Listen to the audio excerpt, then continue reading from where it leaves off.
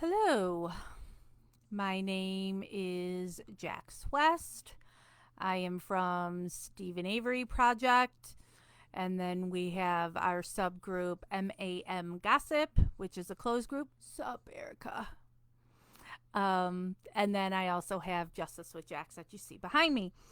We were live in MAM Gossip going over the Brendan Dassey jail calls. These are calls that somebody filed the Freedom of Information Act to get these calls from when Brendan was in jail. This is before he has gone to trial. So he has not been found guilty at this time. We just know these calls are from when he's in jail. We do not have the dates of these calls. A lot of the calls are available on YouTube, but the person who put them on YouTube is holding back some calls that they feel are important for whatever reason. So we have been going through them because we're going to listen to them all. There's roughly 450 calls, and we have listened to 226 of them so far. The reason I'm coming on here, because we don't play all the calls here on Stephen Avery Project, but this last call we just listened to, I feel is an important call for people to listen to. This is from Stephen. Brendan had been, the call right before this was with Brendan's mother, Barb, and then his aunt at the time, Candy Avery. Barb was on the phone. She got another call on her cell phone. And so she got off she gave the phone to Candy while she was on the phone, on her cell phone, which was a call from Angenette Levy, who was a reporter at that time for, it says, Channel 5. We've seen her in Making a Murderer. She's the one with wearing the glasses. And so while she was talking to Barb and Candy then was on the landline with Brendan, they had said that Brendan could talk to her, to the reporter, to tell her his side of the story. And so he calls her collect. All of Brendan's calls, he is only allowed to be on the phone for 15 minutes at a time. If he runs out of time, he can then call that person back. But all calls are 15 minutes max. So this call is 15 minutes long, and it ends abruptly when the 15 minutes are up. So, but I want to play this call for you, and you can, I'm not going to be talking during the call. You just listen to this call for this 15 minutes. And we will discuss afterwards. I'm not even going to be on camera. I'm going to go off and make my dinner. So listen to this call, and then we will discuss. Ready?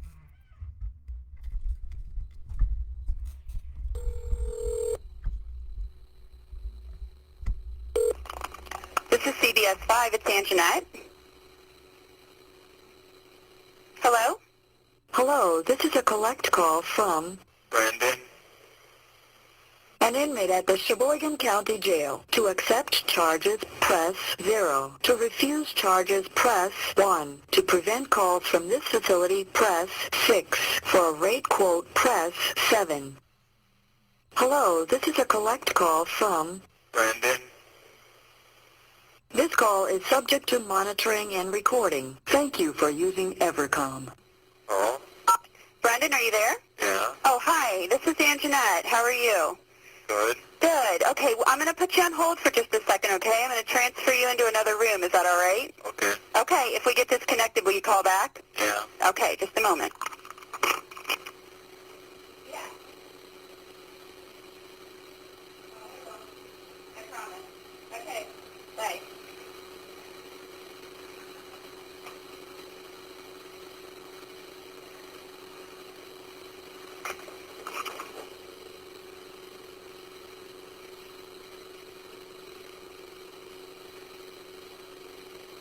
Brendan, are you there?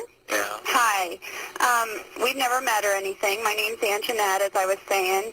Yeah. I work at Channel 5. I'm a TV news reporter. I just want to be clear with you. I want to ask your permission to record our conversation. Is that okay? Yeah. Okay.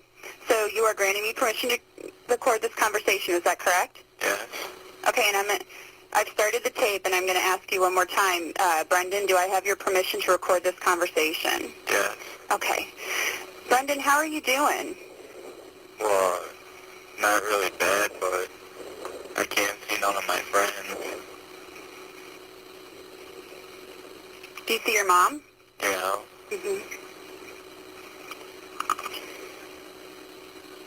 Now, Brendan, I was just wondering, your mom was saying you want your side of the story told with all of this. I know you got arrested on March 1st, and the police said that you told them, you know what the police said, that they said that you told them that you and your uncle killed and raped Teresa. Yeah. Mm-hmm. What is your side of that story? What do you have to say about that? You said you want your side of the story told. Well, my story is I came home from school at 2:45, started walking down the road, and me and Blaine were talking about who would get the phone first to call our friends, And then we went in the house, Blaine, he called his friend first, and while he was talking to his friend, I was playing PlayStation 2, and I waited for a little bit, and then at 5 o'clock or about that, my mom came home and I talked to her, and she said she had to leave to go to the hospital with Scott. Mm-hmm. And then after that, I watched TV until about 6 o'clock and got a phone call from Blaine's boss, Mike Cornelli, and told him that Blaine was going trick-or-treating with his friend. And after that, I watched TV until 7, and Steven called.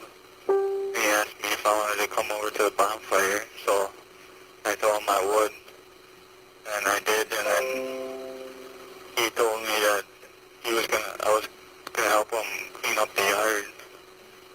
So we did it, and we picked up fan seat, wood, and some tires for the fire, and we picked that stuff up, and then we brought it to the fire, then we threw some of it on, and we went into the garage, and there was a puddle on the floor of some reddish black stuff, but I didn't know what it was from, but it was like, I don't know, it was like probably 5 feet by 5 feet puddle or something, and so we cleaned that up with some.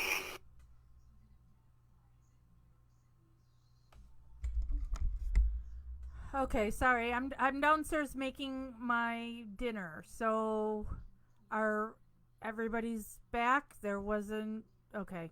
I'll hit it again. Pulled the rig, and we threw the stuff in the fire after that, and then we sat there watching the fire, and then we threw some of the stuff on, and my mom came home at 9. Then she went into the house and called Steven on his cell phone to tell him that I was supposed to be home at 10 o'clock, and that if I had a sweater on.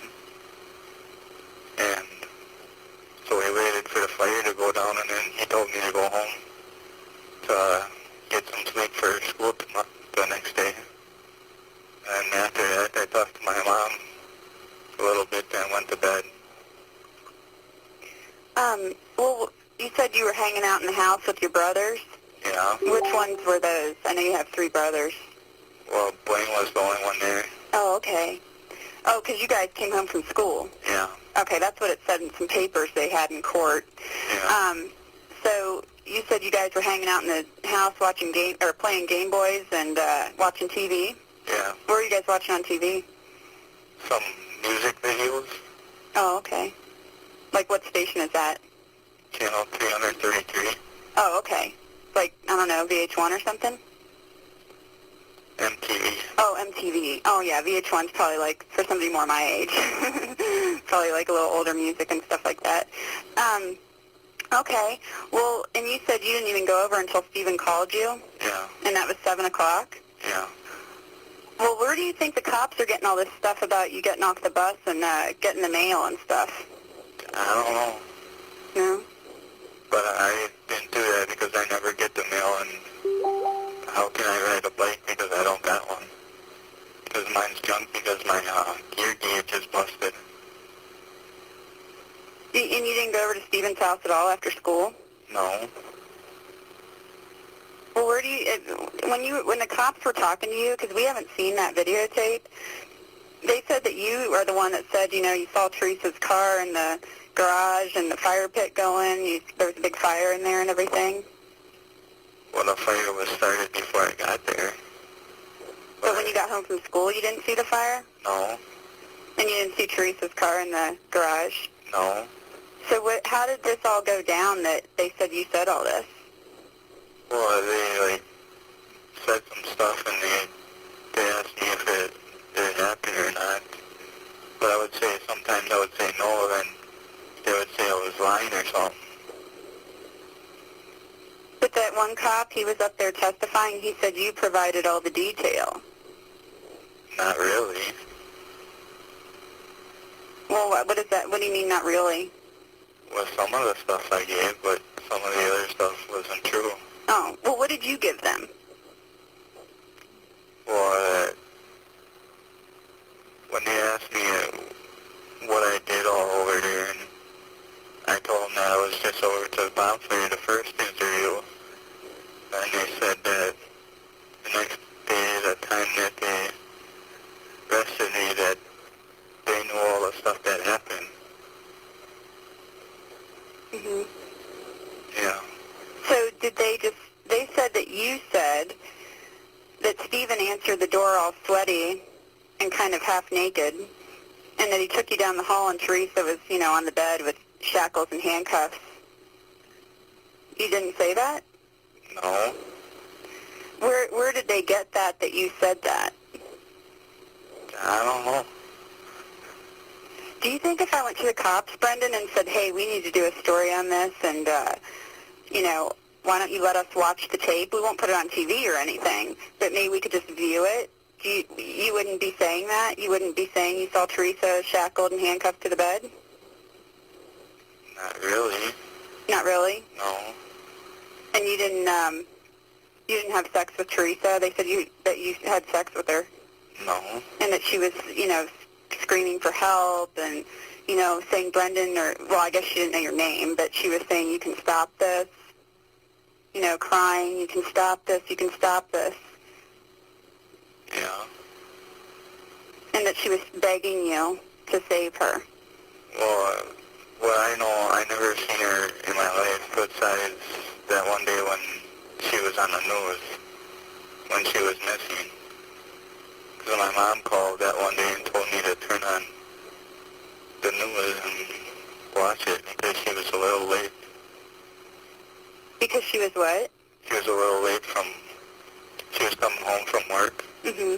So she told me to turn it on before she got there to see what was on. Mm-hmm. Well, did you feel like when these cops were talking to you that they were mean to you? They yell at me sometimes. They yelled at you? Yelled at you? Yeah.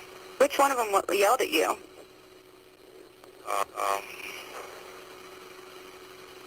I can't remember, but the one was up north when they interviewed in November. Mm-hmm. One of them swore at me.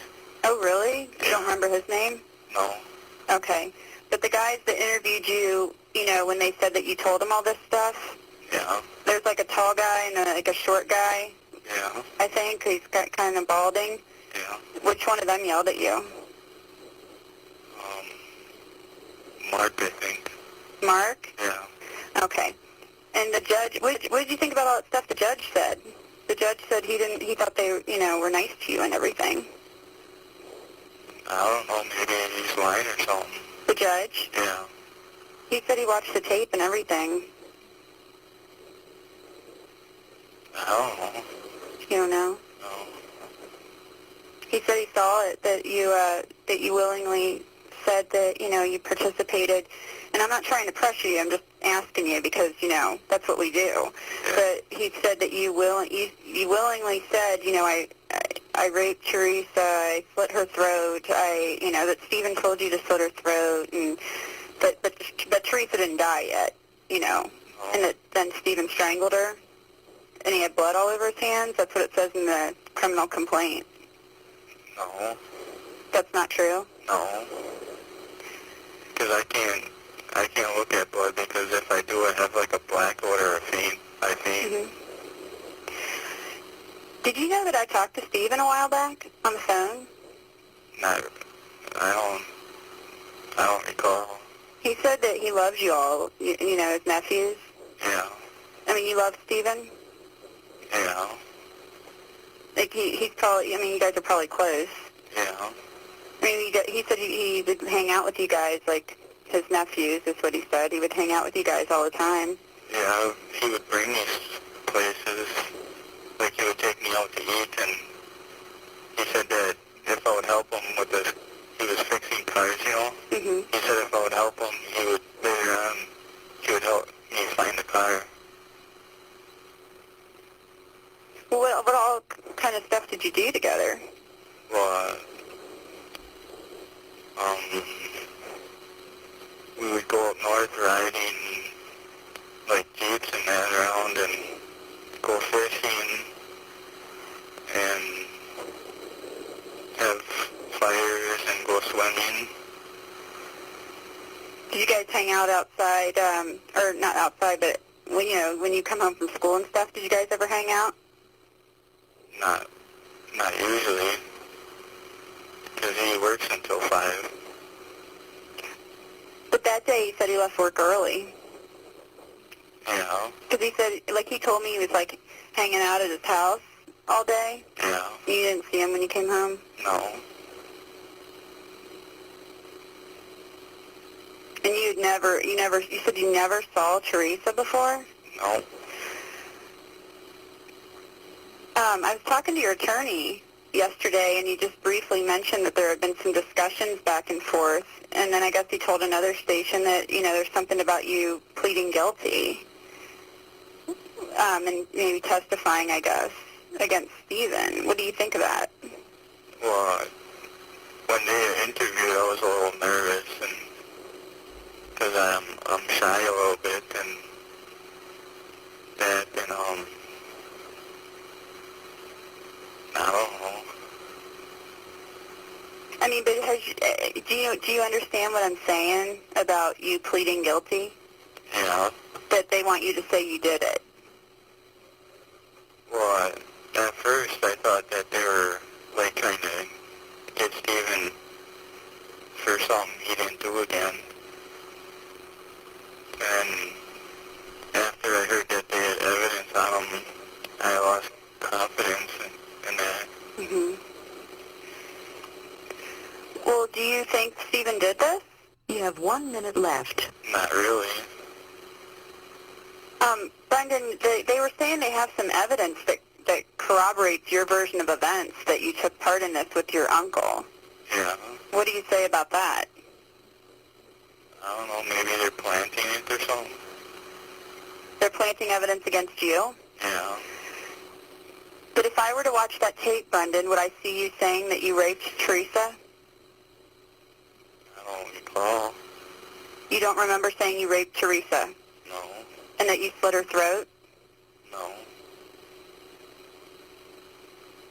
And that Stephen told you you did a good job after you raped her?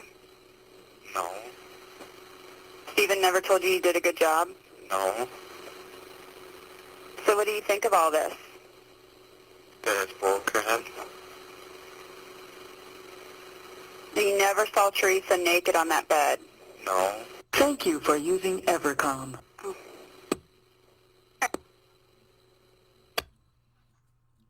taking my last bite of my dinner.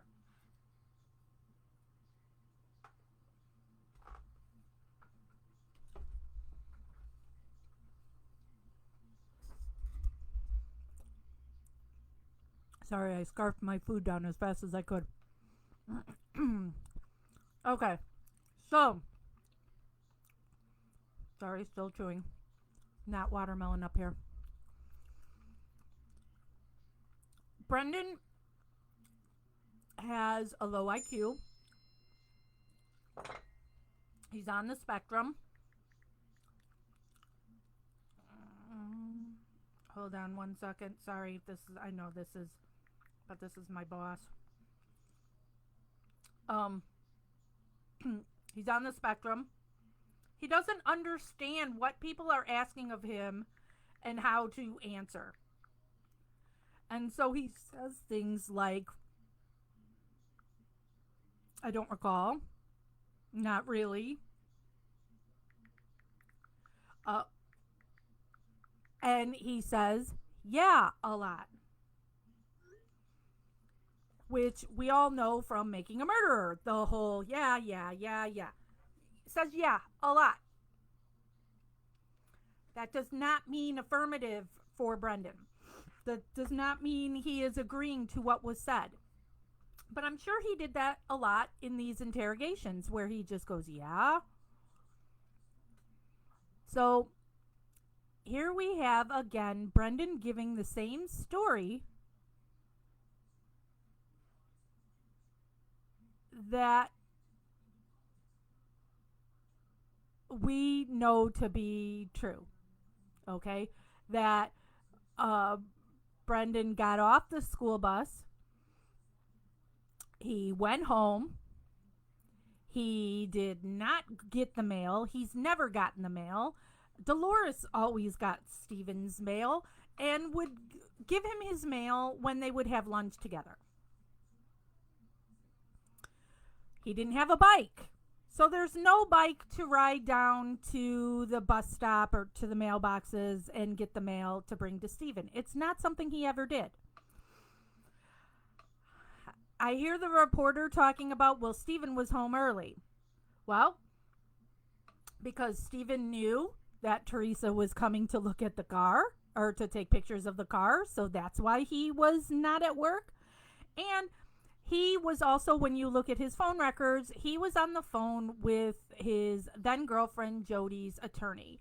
Jody was in jail again for being a drunk. And she would get to leave the jail to go to some kind of alcohol program thing that Stephen would take her to. Stephen would transport her from the jail to the alcohol program. So it was something he had originally thought he was going to be doing that day. And then it got canceled for whatever reason. Put your conspiracy theory here. So Stephen being home isn't suspicious at all. He knew somebody was coming to take a picture of the car. He's the one that was doing it because everybody else is at work. And because he has sold cars previously where Teresa Halbach came to take pictures of cars.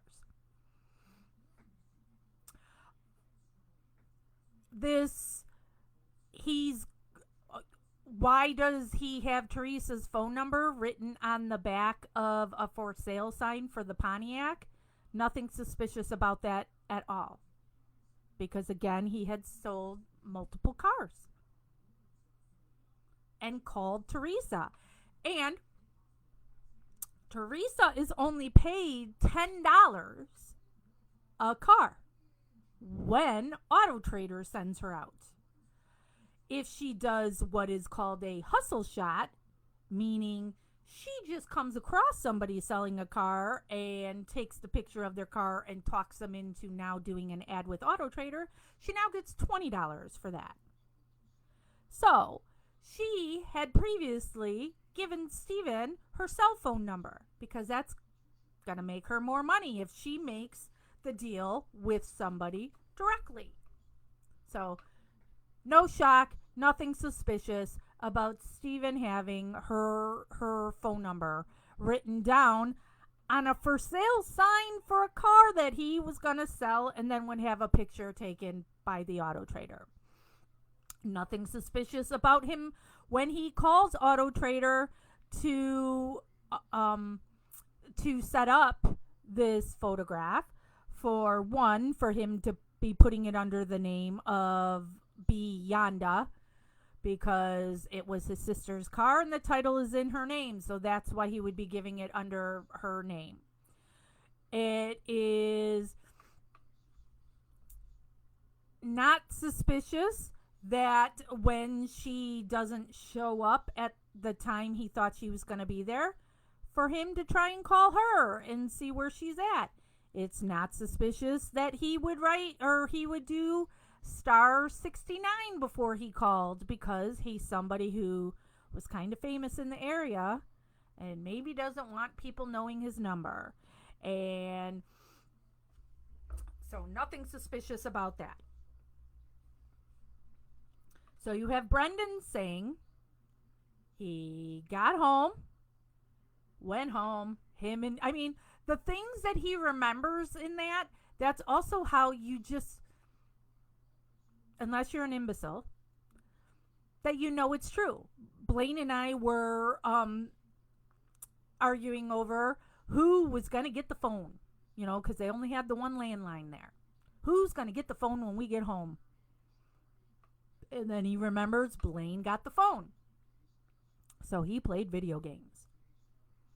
Blaine left to go trick-or-treating. It's not in this call, but it's in other calls that we've listened to. Brendan didn't go trick-or-treating because Blaine wore the costume that Brendan wanted to wear. So since he didn't have that costume, he didn't go. So, and in all this too, okay, so they're getting home at, what time did he say? 3:30, 3:45 or whatever. And then his mom is home at 5. Now his mom knows that Brendan wasn't at Steven's at 5. She knows he was home. There's nothing like she got home and Brendan had been next door and then he came over to their house to talk. Brendan was at home. He had been playing video games. Barb leaves. Then there's a phone call at 6:05 from Blaine's boss, to which Brendan answered the phone, and there are phone records to show that Brendan was home and answered this call at 6:05. So where is all this raping and murdering going on with Teresa Hallbach, who got there at 2:30? Allegedly. When Brendan is still at his house at 6:05. Okay? So you've got that at 6:05. And then according to Brendan, Stephen called around 7 and asked for the bonfire. Again, phone records to show that phone call. Except for when you get the phone records that Kratz and Ryan Hilgas have both admitted that they just edited down phone records. Okay? Teresa's phone records. They edit things down. Whatever. There's nothing suspicious about that at all. So he's not going there until 7 o'clock. Again, where is all this raping and killing and burning going on with how long it takes to burn a body? And then Barb comes home at 9.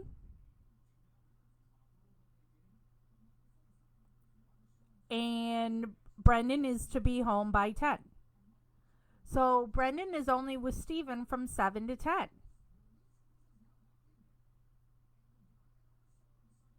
but Barb is home at 9. So Barb knows at 9 that they're out at the fire at 9. So then you're saying the window is only from 7 to 9? That this rape and cut Teresa's hair, punched her in the face, slit her throat, stabbed her in the stomach, carried her out into the well, it's never made sense to me on how does they're saying her car went into Steven's garage, which was full of stuff, so I don't know how her car is getting in the garage. And she's put in the back of her car. Why? Where? Because also her car would, the van is out in front of Barb's house. So Teresa Hallbach's not going to like pull up it to Steven's driveway and by his garage. So her car is nowhere near Steven's garage. So what do? Are they carrying a body from Barb's house across the yard through an open salvage yard where people are, where Earl Avery and Robert Fabian are driving around in a golf cart shooting at things? They're just dragging this body out there. Oh, yeah, you're right, Mark, and I'm forgetting about that. The calls, Jody had made a couple calls to Steven throughout that time as well, that there's phone records for that, Steven's on the phone. So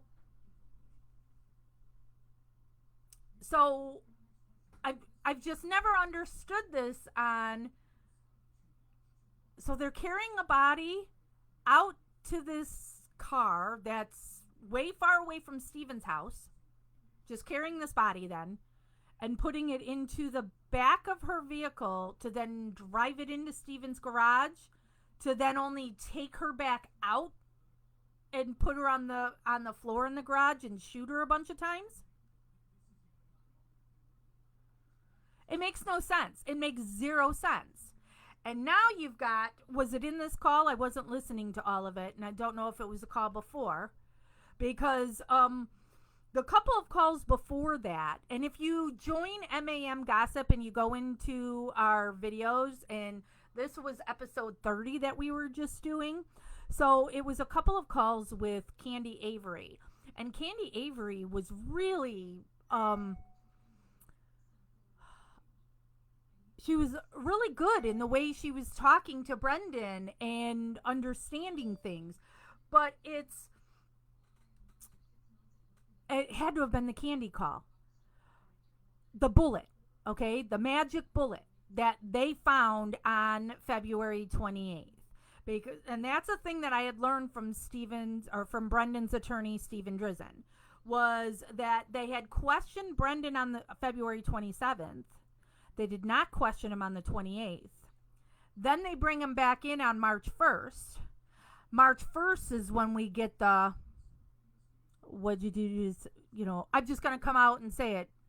Who shot her in the head when that happened? Okay. Because on the 28th is when they found the magic bullet. So they now need Brendan to say she was shot, because prior to that, there was nothing on her being shot. Nothing. All right. So Candy, in talking to Brendan, says the news reports are saying that you're the one that told them that she was shot, and that's the only reason they knew where to look for the bullet. And he said, no. Mike O'Kelly showed him a picture of the bullet laying by a crack. And so then there's Brendan just thinking they've got evidence. Wow, did Steven do this? And then that's what he's saying then to the reporter is, I lost confidence in Steven because they're telling me they have this evidence. So they show him this picture of this bullet in the garage. But see, they need Brendan to tell them shot first. That's the only way to have made this work. They had searched that garage how many times? The alleged crime happened on October 31st. This is the end of February. This is now when they find a bullet. How are they now just finding a bullet? How are they now just looking at the garage? So they need Brendan to say, we shot her.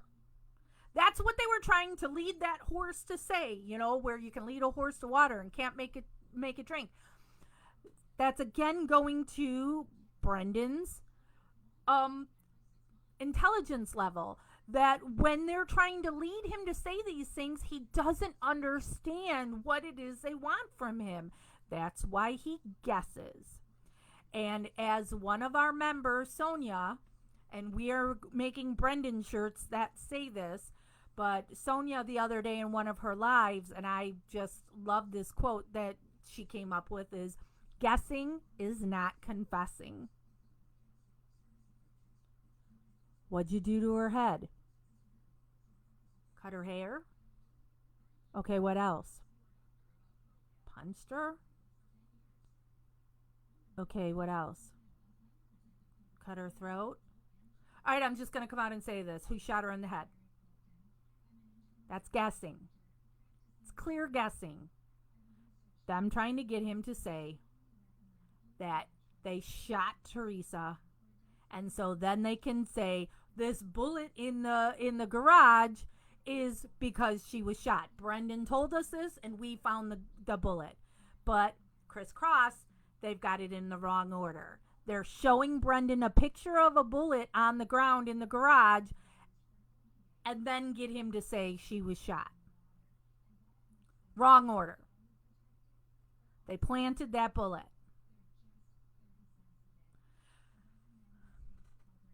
Brendan saying blood will make him, pass out, black out, or whatever. I think that's important to realize, too, when he's talking about he helped Stephen clean up this reddish, blackish fluid that he said was 5 feet by 5 foot. If it looked remotely like blood, and the kids got to know what blood looks like. I mean, look at the pictures of when the family's killing deer and stringing it up in the garage. The kid's going to know what blood's going to look like. And he didn't say he freaked out or did anything from this brownish, reddish liquid that's on Stephen's floor. He helped him clean it up with old rags and bleach and whatever. And that's how he got these bleach marks on his pants that they later took into evidence. He would know that was blood, and he would talk about it made him queasy or whatever.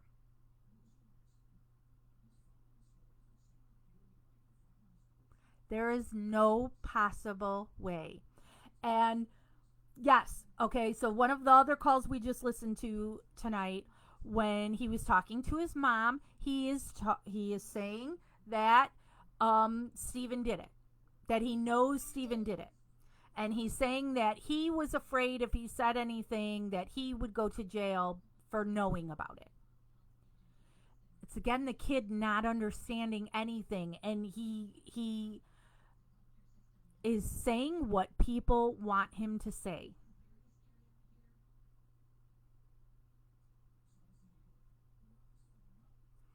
I felt this call with the reporter was important to pull out and let you all from Stephen Avery Project listen to it, because, and I know this is Brendan, and Brendan's case is different than Stephen's, but they're still connected, and all they have is Brendan's confession, which is clearly coerced. There is no physical evidence of any kind for Brendan. Just the confession. Watching the video, so like when the reporter's saying, if I was to watch this video, would I blah, blah? Yeah, you're absolutely going to see Brendan said he raped her, because they told him to say that, and they don't record everything. So they don't record when they're prepping him for, now when they're hitting record and they say those things over again, they've already gone through this once. Brendan knows what the story is at that point. Brendan's just saying what they want him to say because he thinks he's going back to school. He's going back to class.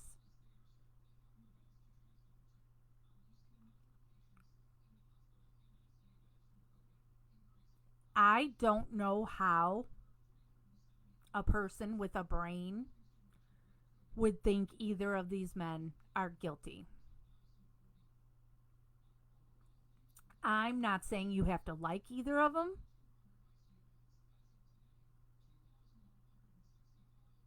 Follow the evidence. That's what Stephen has always said that he will do.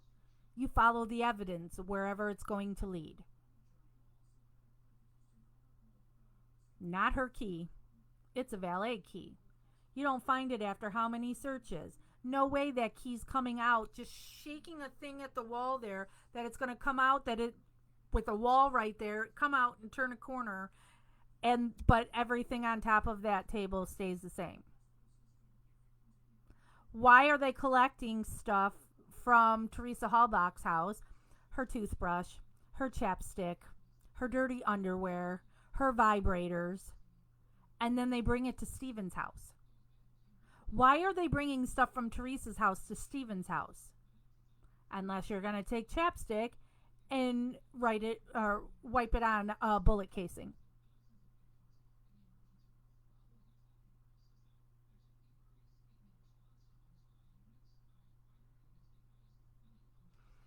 Where's Stephen's motive?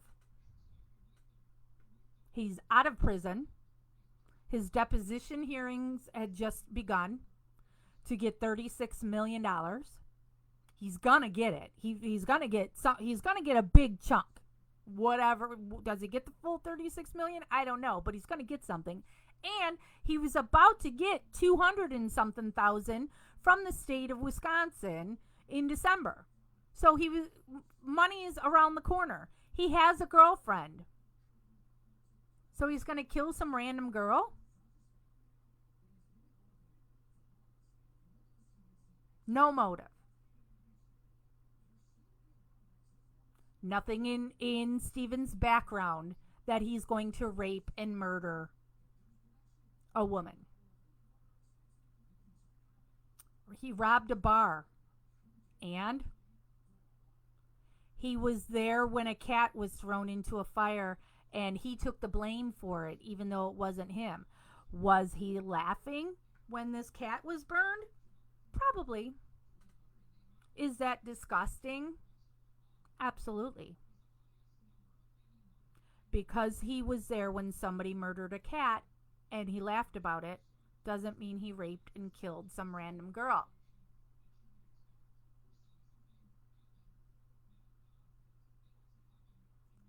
Zero evidence.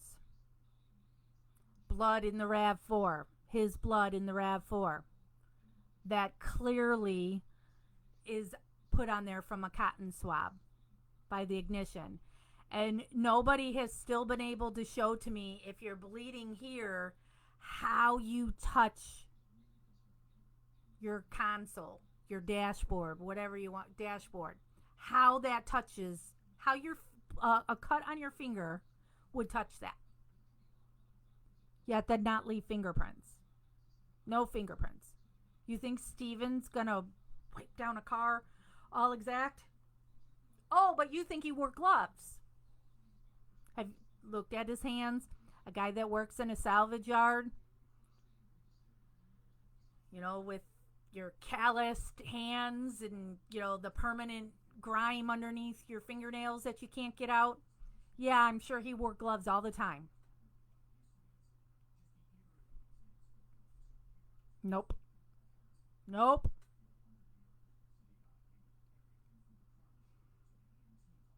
He went to Crivets. So he kills a girl, had her burning in his house, puts the car in the salvage yard when he's got a car crusher right there, and the pond that the car is parked behind is deep enough that he could have fully submerged the car.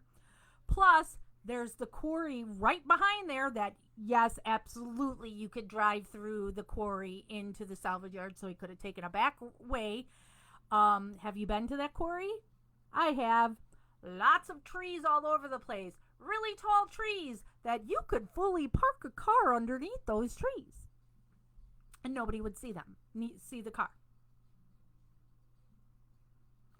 So, knowing that he's got a girl who's been burning in his fire pit and her possessions in burn barrels and a car on the property, he goes to Crivets with the family.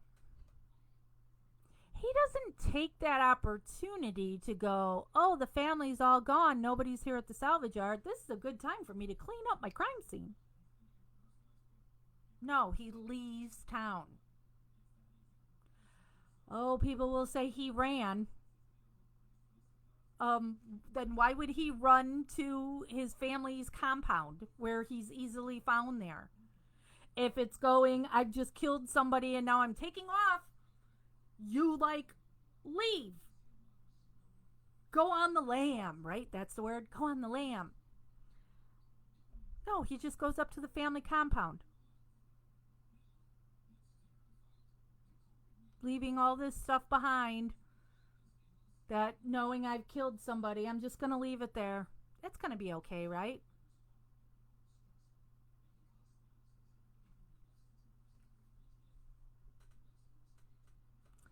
There's many different theories on who could have done it other than Stephen. I'm not going to get into those. Just what we know as fact.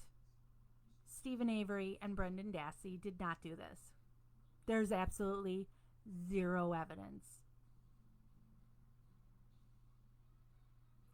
And the same people who let him rot for the Penny Bernstein assault are the ones that find all this magic evidence in this time, even though they were told not to be a part of this.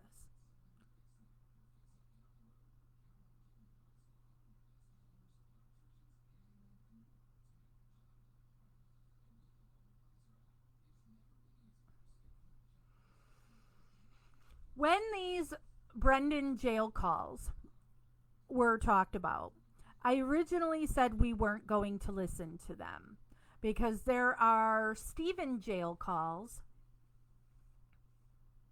or prison calls, and we started listening to those, and I didn't like it. It wasn't good. Stephen, is angry, and he comes off as an asshole a lot. Which, with what's been done to him in his life, is understandable. But I saw no benefit to listening to those calls. The Brendan calls I didn't want to listen to because I thought they were going to be too heart-wrenching. That you would be listening to this poor boy in agony and not understanding what's happening to him and being scared and crying that he's in jail. But that's not what we've got on these calls.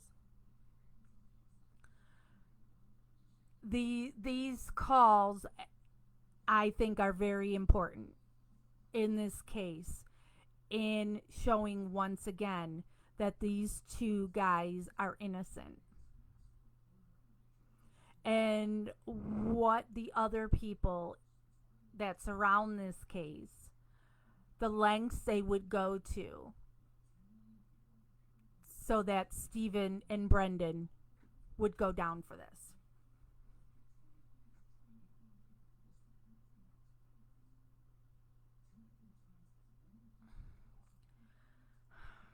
I will be doing a live here on Stephen Avery Project at some time to give you another summary of the calls we've listened to, because I'm taking notes, and I've done one video here on Stephen Avery Project so far where I went over what calls we had listened to. Let me find where it was. I think that's my line. Let me just double check here. Okay, no, here it is.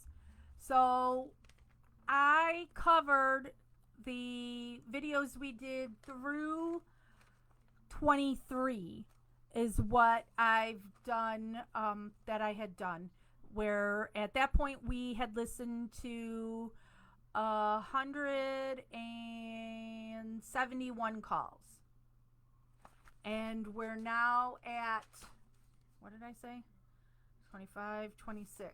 We've now listened to 226.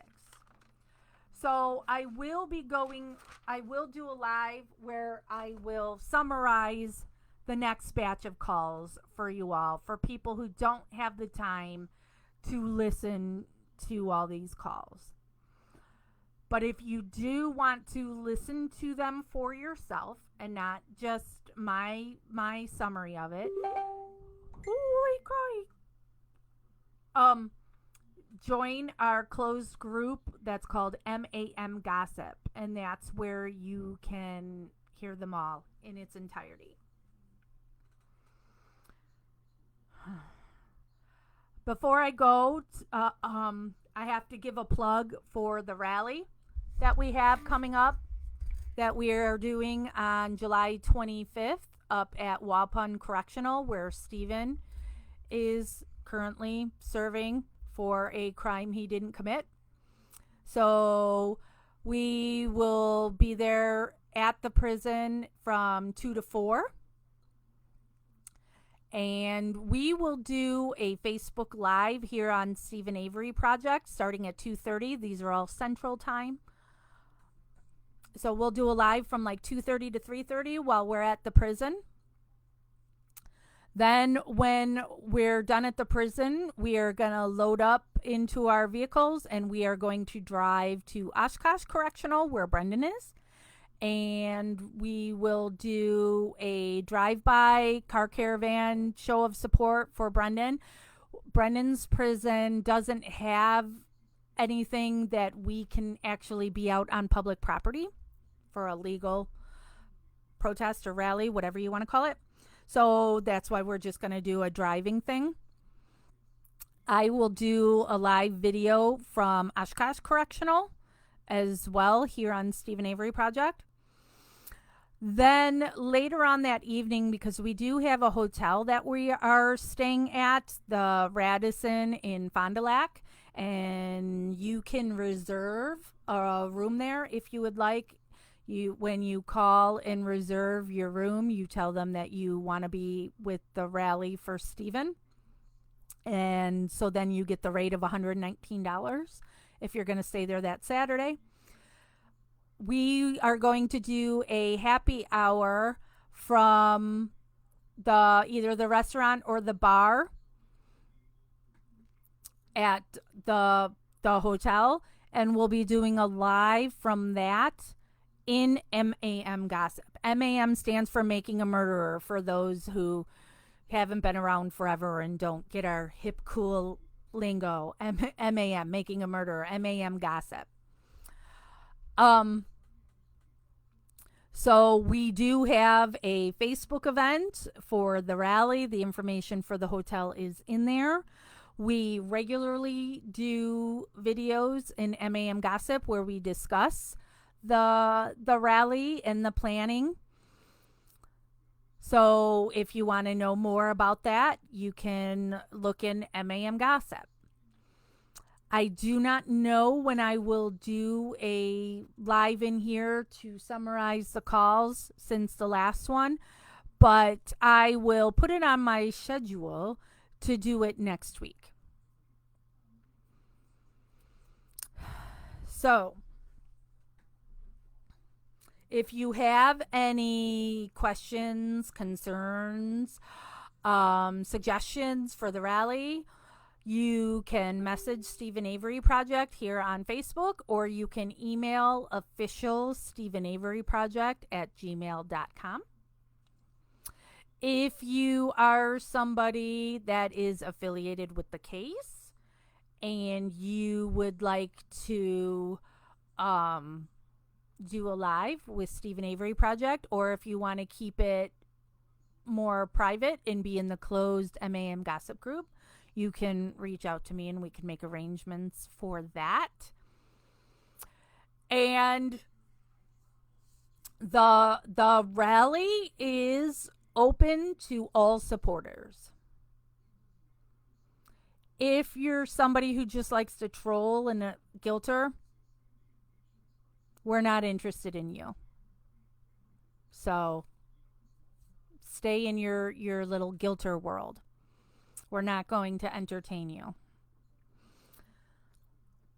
But we would like to welcome everybody who believes in Stephen and Brendan's innocence to join us at the rally.